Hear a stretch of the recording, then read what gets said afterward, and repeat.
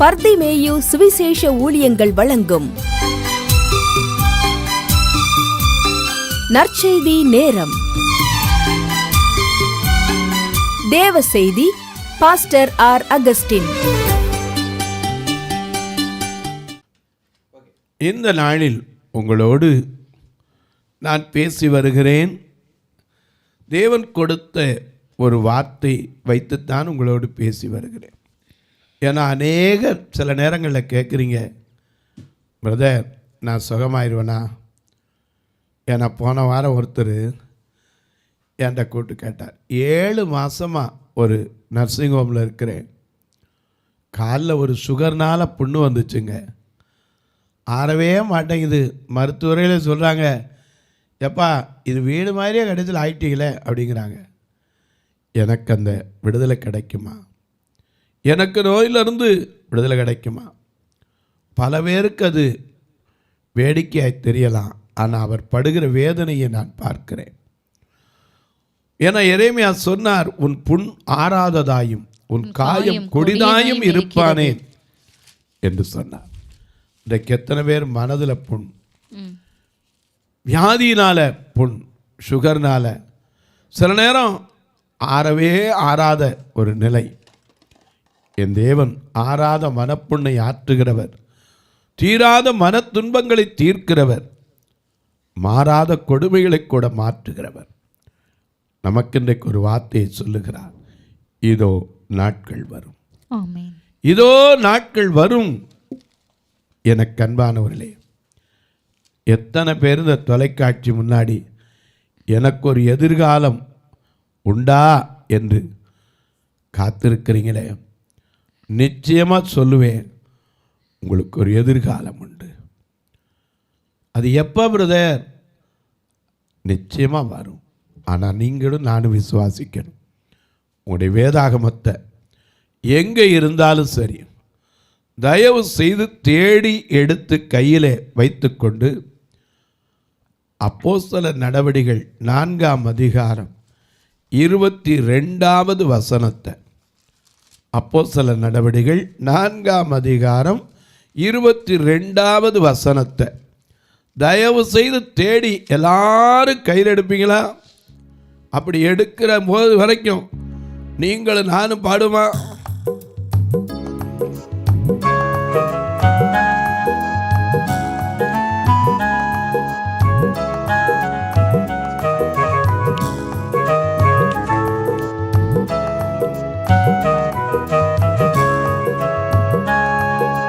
விண்ணப்பத்தை கேட்பதே,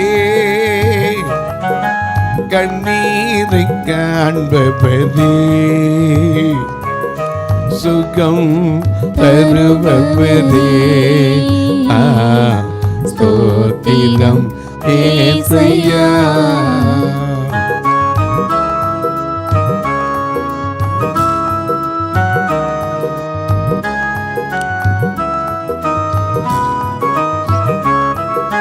விண்ணப்பத்தை கேட்பதே, கண்ணீரை காண்பதே,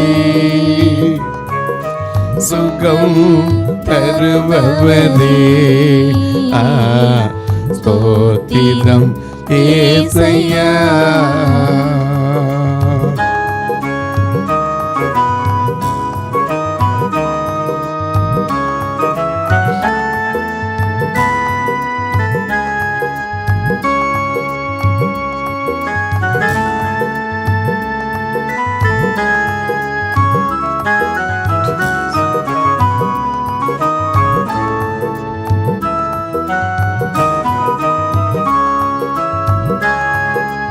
உம்மால் கூடும் எல்லாம் கூடும், உம்மால் கூடும் எல்லாம் கூடும், ஒரு வார்த்தை சொன்னால் போதும்.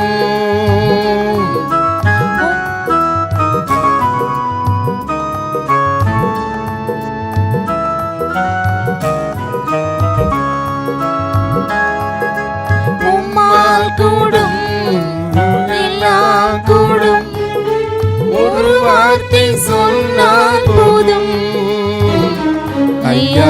ஒரு வார்த்தை சொன்னால் போதும். ஐயா ஒரு வார்த்தை சொன்னால் போதும். விண்ணப்பத்தை கேட்பவரே, என் கண்ணீரை காண்பவரே, சுகம் தருபவரே, ஸ்தோத்திரம் ஏசையா.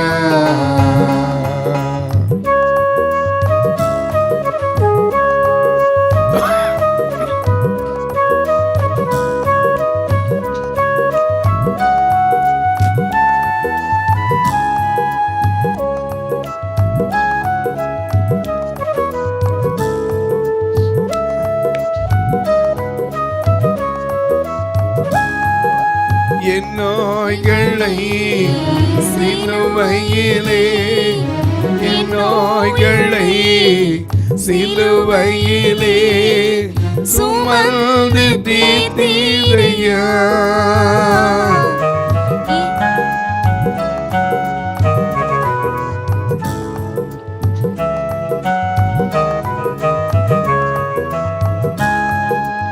என் நோய்களை சிலுவையிலே சுமந்து தீர்த்தீரையா. ஐயா சுமந்து தீர்த்தீரையா. ஐயா சுமந்து தீர்த்தீரையா. விண்ணப்பத்தை கேட்பவரே, என் கண்ணீரை காண்பவரே, சுகம் தருபவரே, ஸ்தோத்திரம் ஏசையா. ஐயா சுகம் தருபவரே, ஸ்தோத்திரம் ஏசையா. எல்லாம் எடுத்திருப்பீங்க. உங்க வேதத்தை அப்படியே திரும்ப ஒரு வார்த்தை சொல்லுங்களா? விண்ணப்பத்தை கேட்கிறவர் தான், கண்ணீரை காண்கிறவர் தான், சுகம் தருகிறவர் தான். ஆனா இதோ நாட்கள் வரும். ஆமென். சாதாரண மனுஷன் சொல்லல, வானத்தை பூமியை உண்டாக்கின கர்த்தர் சொல்லுகிறார். ஒருவேளை நீங்க நினைக்கலாம், எத்தனை வருஷம் ஆகும்? ஏற்ற காலம் வரும். மருத்துவத்தை கேளுங்க, எத்தனை நாள் ஆயிரும்? ஆயிரம் சீக்கிரத்தில் ஆயிரும், அவ்வளோதான் சொல்லுவாங்க. கரெக்டாக யாருக்கும் சொல்ல முடியாது. சுகம் என்பது அவருடைய கரத்தில் மட்டும்தான் இருக்கு. ஆகையினால தான் நமக்கு விளங்காது. பாருங்க, உங்களுடைய வேதத்தை திறந்து வச்சிருப்பீங்க. இப்போ வாசிக்க சொல்ல அப்போஸ்தலர் நடவடிக்கைகள் 4ஆம் அதிகாரம் 22ஆம் வசனம். அற்புதமாய் சொஸ்தமாக்கப்பட்ட மனுஷன். நல்ல கவனிங்க. அற்புதமாய் சொஸ்தமாக்கப்பட்ட அந்த மனிதன் 40 வயதுக்கு மேற்பட்டவனாய் இருந்தான். ஆனா இவனுடைய நிலை என்ன தெரியுமா? அப்போஸ்தலர் 3ஆம் அதிகாரம் 1 வசனம். ஜெப வேளையாகிய 9ஆம் மணி நேரத்திலே பேதுருவும் யோவானும் தேவாலயத்திற்கு போனார்கள். அப்பொழுது தன் தாயின் வயிற்றிலிருந்து, நல்லா நோட் பண்ணிக்கங்க இந்த வசனத்தை, அப்பொழுது தன் தாயின் வயிற்றிலிருந்து சப்பானியாய் பிறந்த ஒரு மனுஷன் அங்க பாக்குறாங்க. ஆனா அந்த மனுஷன் எத்தனை வருஷம் சுகம் இல்லையா? 40 வயது. அப்பா, நாமளா தான் என்ன சொல்லியிருப்போம்? இனிமே முடிஞ்சு, இத்தனை வருஷம் நடக்காது நடந்துட போதா, இத்தனை வருஷம் தீராது தீர்ந்துட போதா? நிச்சயமா ஒரு நாள் வரும். அதனால தான் ஆண்டவர் சொன்ன வார்த்தை, இதோ நாட்கள் வரும் என்று கர்த்தர் சொல்லுகிறார். அவர் சொன்ன வார்த்தையை யூதாவின் குடும்பத்திற்கு, இஸ்ரவேலின் குடும்பத்திற்கும் நல் வார்த்தைகளை நிறைவேற்றுவார். மறந்துடாதீங்க. ஏன்னா அவர் சொன்ன வார்த்தை ஒன்றும் மாறி போகாது. வருஷம் போகலாம், நாட்கள் போகலாம், ஆனால் உனக்கு எனக்கு குறித்த நாள் மாறாது. நம்ம அநேக நேரம் நினைப்போம், 40 வயசில் சுகமாச்சு என்ன செய்யமோ. நான் சொல்கிறேன், 40 வயசுலையாவது சுகம் கிடைச்சா போதாதா? இந்த உலகத்தில் கடைசி வரைக்கும் அப்படியே இருந்து போகிறதோட சுகம் கிடைக்கிறது எவ்வளோ பெரிய பாக்கியம். யாராவது நம்பியிருப்பாங்களா சொல்லுங்கள்? இந்த சப்பானி ஆலய வாசலில் உட்காந்துருப்பான். இது உங்களுக்கு தெரிஞ்ச காரியம். ஒவ்வொரு நாளும் உட்காந்துருப்பான். காலையில் அவனை தூக்கிட்டு வருவாங்க. தூக்கிட்டு வந்து கரெக்டாக எங்கே உட்கார வைப்பாங்க? தேவாலயத்தினுடைய வாசலில். அதுவும் ஜனங்கள் போகிற வர்ற கரெக்டாக பாதை பார்த்து உட்கார வைப்பாங்க. அலங்கார வாசல், தட் மீன்ஸ் பிரதான வாசல் என்று சொல்லுகிறோம். அந்த அலங்கார வாசலில் உட்கார வைப்பாங்க. ஏன்னா யாருமே அலங்காரத்தை தான் இன்றைக்கி விரும்புகிறாங்க. ஏன்னா இன்றைக்கி பெண்களே பாருங்க, எவ்வளோ பேர் என்னதான் இருந்தாலும் அலங்காரம்னு பண்ணுறாங்க. சிலர்லாம் அன்றைக்கி ஒரு அம்மா வந்திருந்தாங்க, எனக்கு ஆலயத்தில் ஒருத்தர் சொன்னாங்க, அவங்க போட்டிருக்கிற மையை பார்த்தீங்கன்னா பிரதர், அது என்னது சங்காராவா மஸ்காராவா எனக்கு தெரிய மாட்டேங்குது. லைனர்லாம் போட்டிருக்காங்க பிரதர். நான் சொன்னேன், அவங்களும் ஒரு நாள் ரட்சிக்கப்படுவாங்க. அவங்களும் ஒன்றா ரட்சிப்பின் அனுபவத்தை என்ன செய்வாங்க? சந்திப்பாங்க. நிச்சயமாக வரும், ஒரு நாள் வரும். அன்னைக்கு நம்ம நினைப்போம் அலங்காரம் வேண்டாம், ஒன்றும் வேண்டாம்ப்பா, இயேசு போதும். பொன்பொருள் வேண்டாம், இயேசு போதும். பாவமே வேண்டாம், இயேசு போதும். என பரலோக ராஜ விசுவாசி, பரநேசுவை நீ விசுவாசி, புவியாளும் பரதேசி, உன் வாழ்வை தினம் யோசி. நம்ம பாடுறோம் இல்லையா? எத்தனை பரலோக ராஜ விசுவாசி, பரநேசுவை நீ விசுவாசி, புவியாளும் பரதேசி, உன் வாழ்வை தினம் யோசி. பரலோக ராஜ விசுவாசி, பரநேசுவை நீ விசுவாசி, புவியாளும் பரதேசி, உன் வாழ்வை தினம் யோசி. பரலோக ராஜ்யவாசி.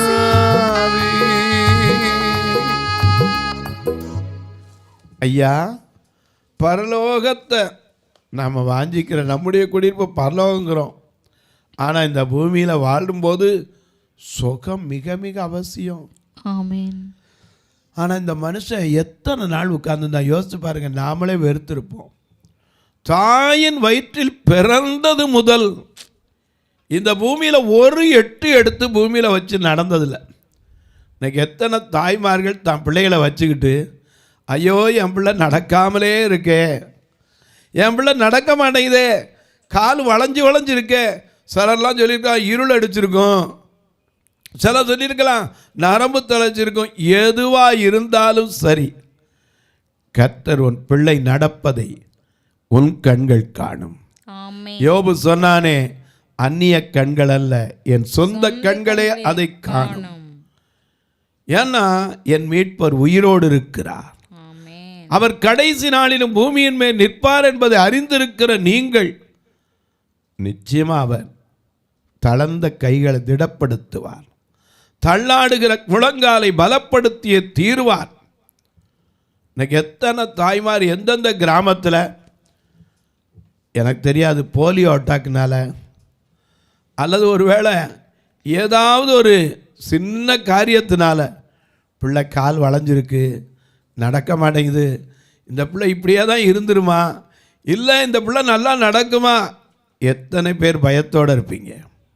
ஆனால் உங்களுக்கு சொல்கிறேன், இதோ நாட்கள் வரும். ஆமென். உங்கள் பிள்ளை நடக்கிறத பார்க்குற அந்த கண்களாக காட்சியை பார்க்குற நாள் வரும். ஆமென். நீங்களே பார்த்து ஆச்சரியப்படுவீங்க, இந்த பிள்ளையா அப்படி சப்பானியாக இருந்தான். ஏன் சொல்கிறேன், அன்னைக்கு இயேசு ஒருவனை சுகமாக்கினார். ஏன்னா அவர் சொன்ன வார்த்தை மாறி இருக்காது. அவன் ஒவ்வொரு நாளும் வருஷம் எல்லாரும் புது வருஷம், ஈஸ்டர், கிறிஸ்மஸ் பண்டிகைக்கெல்லாம் ஆலயத்துக்கு வந்திருப்பாங்க. ஆனால் இந்த சப்பானியுடைய நிலை என்ன செய்யலை? மாறவே இல்லை. எல்லாரும் புது வருஷத்தில் வந்து சென்றுப்பாங்க. வருஷம் மாறி என்ன, வாழ்க்கை மாறி என்ன, இந்த மாதிரி இப்படியே இருக்கிறவங்கள என்ன செய்ய பாவம். எனக்கு அன்பானே, ஒன்று நீங்கள் தெரிஞ்சுக்கோங்க, ஒவ்வொன்றுக்கும் ஒரு காலம் இருக்கிறது. அழ ஒரு காலம் இருந்தால் நகைக்க ஒரு காலம் இருக்கிறது. தேட ஒரு காலம் இருந்தால் இழக்க ஒரு காலம் இருக்கிறது. நட ஒரு காலம் இருந்தால் நட்டதை பிடுங்க ஒரு காலம் உண்டு. தேவன் சகலத்தையும் அதினதின் காலத்திலே நேர்த்தியாய் செய்வார். மறந்துடாதீங்க. இதோ நாட்கள் வரும். இந்த சப்பானி வாழ்க்கையிலையோ அவனை தூக்கிட்டு வந்தவங்க வாழ்க்கையிலையோ அந்த ஆலயத்தில் நடந்து போனவங்க மனதிலையோ இவன் எந்திரிச்சு நடப்பான் அப்படின்னு கொஞ்சமாவது நினச்சிருப்பாங்களா? இல்லை நானாக இருந்தால் நீங்களாக தான் நினைப்போமா? இது அவ்வளோதாங்க, அப்படி தான் காலம் முழுக்க அவ்வளோதான். நாம் முடிவு பண்ணிடுவோம், தீரா வியாதி இது தீந்துட போகுதா, இனி இவர் எந்திரிச்சு நடந்து என்ன செய்ய போகிறான்? அது ஒரு 20 வயசு வரைக்கும் அப்படி சொல்லியிருப்போம். 25-30 வயசு தாண்டின உடனே ஆமாம் இனி நடந்து என்ன 40 ஆகி போச்சு, வாழ்க்கையில் பாதி போச்சு. ஏன்னா ஒரு மனுஷனுடைய ஆயுசு நாட்கள் பலத்தின் மீதிலால் 80 வருஷம், அதில் பாதி போயிடுச்சு. என்ன பிரயோஜனம்? எனக்கு கண்பானம் இல்லையா? கொஞ்சம் யோசிச்சு பாருங்க. நாம் இன்னைக்கு ஒரு அந்த இடத்துல இருந்தோம்னா எப்படி மனவேதனைப்பட்டிருப்போம். அந்த வாசலில் போய் உட்கார எப்படாவது தூக்கிட்டு போவாங்கன்னு பார்க்க, திரும்பி அந்த இடத்துக்கு கொண்டாந்து வைக்க, திருப்பி தூக்கிட்டு போய், இதுதான் அவனுடைய வாழ்க்கை. வேற எந்த சந்தோஷமும் அவன் பார்த்ததில்லை. போகிற வர்றவங்க ஏதோ கொடுப்பாங்க, அதை வாங்குவான், அவ்வளோதான் அவனுடைய வயிற்று பிழப்பு நடந்துச்சு. ஆனால் வாழ்க்கையில் ஒரு மாற்றம் வருமா நினச்சிருக்கவே முடியாது. ஆனால் கர்த்தர் சொல்றார், இதோ நாட்கள் வரும்.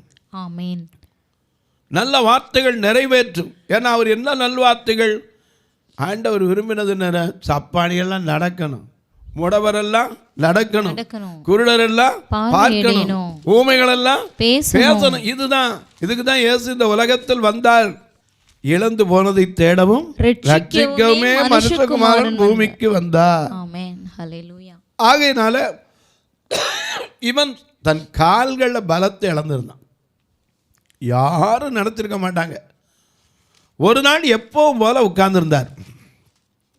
அப்போ தான் ஜெப வேளை, 9ஆம் மணி வேளை. பேதுருவும் யோவானும் வருகிறாங்க. எதுக்கு வராங்க? ஜெபத்துக்கு வராங்க. அப்படி வரும்போது எல்லாத்தையும் ஏதாவது கிடைக்கும் கிடைக்கும் கிடைக்கும்னு எதிர்பார்த்தவன் பேதுருவும் யோவானும் வந்தோடனே அவங்கள கொஞ்சம் வித்தியாசமாக பார்த்தான். ஏன்னா இவங்க ஊழியக்காரங்க, இவங்க ஏதாவது கொடுத்தா ஆவாங்க, சும்மா போக மாட்டாங்க அப்படின்னு பார்த்தோம். ஆனால் கிட்ட வந்த உடனே 3ஆம் வசனத்தில் பேதுரு சொன்னார். என்ன சொன்னார்?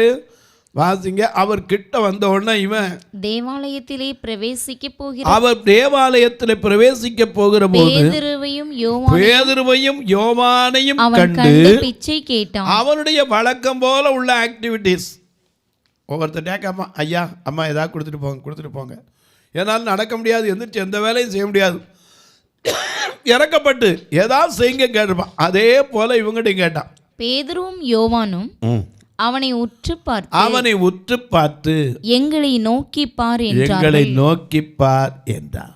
ஏன்னா வேதம் அழகா சொல்லுது, உம்மை நோக்கி பார்க்கின்றேன், உம்மை நினைத்து துதிக்கின்றேன், உம்மை நோக்கி பார்க்கின்றேன், உம்மை நினைத்து துதிக்கின்றேன். இயேசப்பா ஸ்தோத்திரம், இயேசப்பா ஸ்தோத்திரம், இயேசப்பா ஸ்தோத்திரம், இயேசப்பா ஸ்தோத்திரம். வேதமும் சொல்லுது, அவரை நோக்கி பார்த்தவர்கள் பிரகாசம் அடைந்தார்கள், அவருடைய முகங்கள் வெட்கப்பட்டு போவதே இல்லை. சங்கீதம் 34 வாசிக்கிறோம். கர்த்தர் நல்லவர் என்பது ருசித்து பார்த்தவர்கள் இந்த பேதுருவும் யோவானும். கூடவே இருந்து அவருடைய பாடு மரணங்களை கண்டவர்கள். இவங்க வர்றாங்க, அவங்ககிட்ட பிச்சை கேட்க போனோம். அப்போ அவர் சொன்னார், வெள்ளியும் பொண்ணு என்னிடத்துல இல்லை, இல்லை. என்னிடம் ஏன்னா ஒரு காலத்தில் இவர்கிட்ட இருந்துச்சு. ஏன்? மீன் இவர் ஒரு பெரிய ப்ரொஃபஷனல் ஃபிஷர்மேன். ஏன்னா ஃபிஷிங் கார்பரேஷன் வச்சுருந்தாலும் வச்சுருப்பார், நிறைய பேரை வச்சு மீன் பிடிச்சவர். இவர்கிட்ட நிறைய ஒரு காலத்தில் பணம் இருந்துச்சு. இப்போ இயேசுவை நம்பி வந்துட்டார். எல்லாத்தையும் வலை மீன் எல்லாத்தையும் விட்டுட்டு வந்துட்டார். எல்லாத்தையும் விட்டுட்டு வந்து திருப்பி மீன் பிடிக்க போகிற நேரத்தில் இயேசு கண்டவனை சந்தித்தார். யோனாவின் குமாரனான சீமோனே, இவர்களிலும் என்மேல் அன்பாய் இருக்கிறாயா? என் ஆடுகளை மேய்ப்பாயாக என்றார். ஆண்டவர்கிட்ட 3 தரம் மனஸ்தாபப்பட்டு ஆண்டவருக்குள்ளே வந்து நின்ன மனுஷன். அப்படிப்பட்ட பேதுரு ஐயா இப்போ அப்போஸ்தலனாக இருக்கிற காலம், அந்த காலத்தில் தான் ஆலயத்துக்கு வரார். அப்போ இவன் நோக்கி பார்த்து அவர்கிட்ட பிச்சை கேட்கணும். அவர் சொல்கிறார், எங்கிடத்துல வெள்ளி இல்லை பொண்ணு இல்லை, ஆனால் ஒன்றே ஒன்று இருக்கப்பா, ஒன்றே ஒன்று எங்கிட்ட இருக்கு, என்னிடத்தில் உள்ளதை உனக்கு தாரேன். அது என்னது? நசரேயனாகிய இயேசு கிறிஸ்துவின் நாமத்தினாலே, இயேசு கிறிஸ்துவின் நாமத்தினாலே நீ எழுந்து நட என்று சொல்லி, இயேசு கிறிஸ்து மறந்தவரே, மறந்தவரே, மறந்தவரே, அவன் இயேசு கிறிஸ்து மறந்தவரே, நித்திய நித்தியமா. அல்லேலூயா, அல்லேலூயா,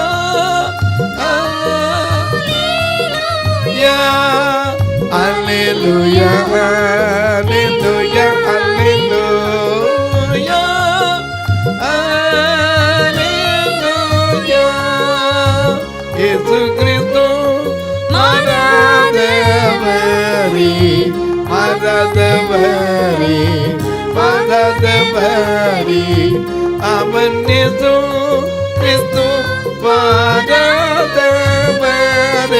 நித்திய நித்தியமா. அவர் நேற்றும் என்று மாறாதவர். அதனால தான் என்னிடத்தில் உள்ளதை உனக்கு தருகிறேன் சொல்லி நசரேயனாகிய இயேசுவின் நாமத்திலே நீ எழுந்து நட, நீ எழுந்து நட என்று சொல்லி வலது கையை அவன் வலது கையை பிடித்து தூக்கி விட்டான். உடனே, ரொம்ப நேரம் ஆகல, உடனே அவனுடைய கால்களும். ஐயா 40 வருஷமா உட்கார்ந்து இருந்தவன், நாம கொஞ்ச நேரம் உட்கார்ந்தாலும் எந்திரிச்ச உடனே கொஞ்சம் நெளிச்சுக்குவோம், கொஞ்சம் பொறுங்க ஸ்டடி ஆகிக்கிறேன். அதுவும் வயசாயிருச்சுன்னா எந்திரிச்ச உடனே டக்குன்னு எந்திரிக்க முடியாது. கொஞ்சம் லேசாக இப்படி சாஞ்சு அப்படி சாஞ்சு கையை ஊண்டி சேரில் சாஞ்சு உட்காந்து அப்புறம் தான் எந்திரிக்க முடியும். 40 வருஷமாக எந்திரிக்காதவன், நடக்காதவன், கால் ஊனாதவன் வலது கையை பிடிச்சி தூக்கி விட்டு இயேசுவின் நாமத்தில் எழுந்து நடன்னு சொன்ன உடனே அவன் எழுந்து அவன் கால்கள், வாசிங்க, உடனே அவனுடைய கால்களும் கரடுகளும் பலன் கொண்டது. அவன் குதித்தெழுந்து. எப்படி? கொஞ்சம் அனுபவமே இல்லாத குதிச்சானா எப்படி குதிச்சிருப்பான்? அது 40 வருஷமா ஒரே இடத்துல கிடந்தவன். இன்னைக்கு நமக்கு ஒரு சின்ன சந்தோஷம், ஒரு சின்ன விளம்பரத்தை பார்ப்பீங்கன்னு நினைக்கிறேன், டிவியில் பார்க்காதவங்க இருக்க முடியாது. சரவணா ஸ்டோரில் ஆஃபரோடு போட்டிருக்கானா ரப்பப்பாவு அப்படிங்கிறாங்க. அப்படி சந்தோஷமாக போகிறாங்களாம். ஒரு மனுஷனுக்கு சுகம் கிடச்சிருக்கு. 40 வருஷம் உட்கார்ந்த இடத்துலே இருந்து ஒரு கால் கூட வச்சு நடக்காமல் தாயின் வயிற்றுலேருந்து பிறந்தலேருந்து குழந்தையிலேருந்து வாலிபன்லேருந்து 40 வயசு நடக்காமல் இருந்தவன் இப்போ எந்திரிச்சு நின்று குதிக்கிறான். அப்போ அவனுக்கு சந்தோஷம் எப்படி இருக்கும்? அதான் பாருங்க, அங்கே எழுந்திருக்கு, அவன் கால்களும் கரடுகள் பலப்பட்டது, அவன் குதித்து எழுந்து நின்று நடந்து குதித்து தேவனை துதித்து கொண்டு அவர்களுடனே கூட தேவாலயத்திற்குள்ளே போனான். எத்தனை நாள் அந்த ஆலயத்துக்குள்ள போறவங்களை பார்த்திருப்பான். இப்ப அவன் நடந்து வரதை பார்த்தவன எத்தனை பேர் கண்கள், இவன் தானா உட்காந்து பிச்சை கேட்டவனா, இத்தனை வருஷம் நடக்காமல் இருந்தவனா, அவன் நடந்துட்டானா? இன்னைக்கு உங்களுக்கும் சொல்கிறேன், இதோ நாட்கள் வரும், இதோ நாட்கள் வரும். நீங்கள் கை குழந்தைய வச்சுட்டு உட்காந்துருக்கலாம், ஒருவேளை வளர்ந்த பிள்ளைய கூட நடக்கலையேன்னு வருத்தப்படலாம். ஐயோ என் பிள்ளை கடைசி வரைக்கும் இப்படி இருந்துருமான்னு நினைக்காதீங்க. உங்கள் பிள்ளையும் சுகம் பெற நாள் வரும். நீங்கள் விசுவாசிப்பீங்களா? அன்பின் பரலோக பிதாவே, எல்லாருக்கும் சுகம் கொடுங்க. நான் ஜெபிக்கிறதுக்கு முன்னாடி சில காரியத்தை சொல்லுவேன். இந்த நிகழ்ச்சியை பார்க்குற நீங்கள் ஒரு வார்த்தை இந்த ஊழியத்துக்காக ஜெபம் பண்ணுங்க. ஏன்னா அந்த தொலைக்காட்சி நிகழ்ச்சி வரணுன்னாலே ஒரு நாள் ஒன்றுக்கு 4000 பே பண்ணணும். எங்கள் சபையை 2 கண்ணூரியாங்க சபை, திருநெல்வேலியில் ஒன்று, மதுரையில் ஒன்று இருக்குது. வர்றவங்களை கூட வாகனம் வச்சு வாடகைக்கு எடுத்து தான் கூட்டிகிட்டு வரோம். அது மட்டும் இல்லை, அவங்கள போகும்போது சாப்பிடாம கூட அனுப்புறதில்ல. உங்கள் பிறந்த நாள், திருமண நாள் போன்ற நல்ல நாட்களில் ஒருவேளை உணவு கொடுக்க உதவலாம், ஒரு கட்டுமான பணிக்கு உதவலாம், பார்வையற்ற மக்களுக்கு கண்ணாகுத உதவுகிற ஊன்றுகோலுக்கு உதவலாம். ஐயா 2 கண்ணு இல்லாமல், சொந்த பந்தங்கள் இல்லாமல் எத்தனையோ பேர் துணிமணி கூட நல்ல துணிமணி இல்லாமல் இருப்பாங்க. இவர்களுக்கு துணிகளை கொடுக்குவதற்கு உதவலாம். பழசை உடனே அனுப்பிடாதீங்க, புது ஆடைகளை கொடுத்து பழங்க. தன்னை போல பிறனை நேசிங்க. அது மட்டும் இல்லை ஐயா, எங்கள் இடத்துல கால் நடக்க முடியாதவங்களே எத்தனை பேர் இருக்கிறாங்க. ஒரு கழிப்பறை கூட வெஸ்டர்ன் கழிப்பறை வைக்கணும், அதற்காக ஜெபித்து வருகிறோம். ஏன்னா ஒன்று வச்சுருக்கோம், ஆண்டவருடைய கிருபையினால் பல பேர் இதுக்கு முயற்சித்து ஒன்று வைத்திருக்கிறோம். இன்னொன்று வைக்கணும். நேற்று கூட ஒரு 65 காலில் அதவர் கால் நடக்க முடியாதவர் வந்தார். எனக்கு பெரிய பாரம். எனக்கு அன்பானவர்களே, உங்களுக்கும் கர்த்தர் வசதிகளை கொடுத்திருந்தால், ஆசீர்வதித்திருந்தால், தன்னை விட கீழானவர்களுக்காக உங்கள் கரத்தை திறக்க கர்த்தர் ஏவினால் நீங்களும் தொடலாம்.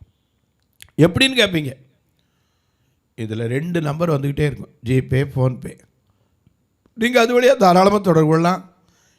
என்கிட்ட கேட்டாலும் உங்களுக்கு சொல்லுவேன். அது மட்டும் இல்லை, உங்கள் ஜெபக்காரி எது இருந்தாலும் காலை 10 மணிலேருந்து 5 மணிக்குள்ளே சொல்லலாம். வந்து நாங்களும் பார்க்கலாம். ஐயா இவ்வளோ சொல்கிறீங்களே, எங்களுக்கு ஒரு நாள் அங்கிட்டு வந்தால் பார்க்கலாமா? ஃபோன் பண்ணிட்டு வாங்க, நிச்சயமாக உங்களுக்காக காத்திருப்பேன். இப்போ உங்களுக்காக ஜெபிக்கட்டுமா? நல்ல பிதாவே, நன்றியோடு துதிக்கிறோம் சுவாமி. இதோ நாட்கள் வரும், இதோ நாட்கள் வரும். கர்த்தர் சொன்ன வார்த்தை ஒவ்வொருவருக்கு நிறைவேறட்டும், ஒவ்வொரு நிலையிலும் நிறைவேறட்டும்.